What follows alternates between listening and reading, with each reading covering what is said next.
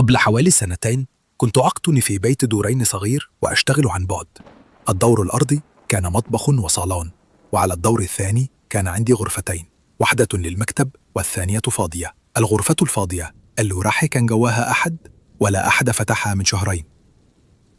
في ليلة مطرية كنت جالس أشتغل على اللابتوب في الغرفة المكتبية.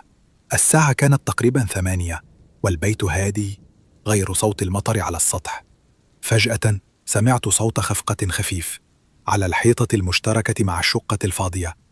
استغربت، بس فكرت يمكن صاحب البيت جاي يتفقد الشقة أو يجهزها لجولة صباحية.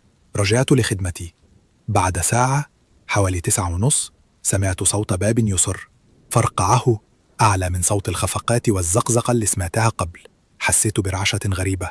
طلعت من المكتب ونزلت تحت أتفقد الباب الرئيسي، يمكن أشوف سيارة صاحب البيت برا.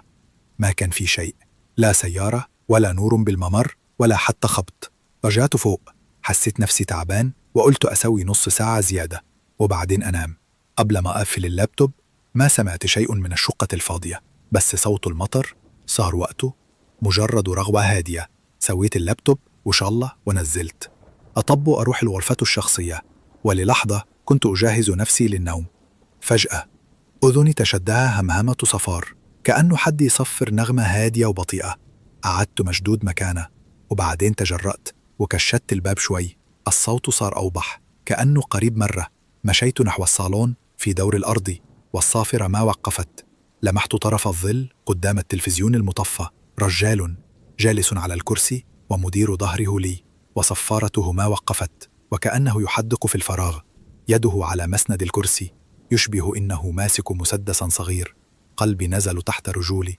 حاولت أحدد وش أقول، بس العقل صار يعقد. سحبت نفسي بهدوء وركضت نحو الباب الأمامي. افتحيته ونطيت برا البيت وأنا أسمع الصافرة تخفت تدريجيا. رميت نظرة وراي، باب الشقة الفاضية فتح على مصراعي. ركضت لين نهاية الشارع واتصلت بالشرطة. وصلوا وسمعوا الصفرة من برا ودخلوا بحذر.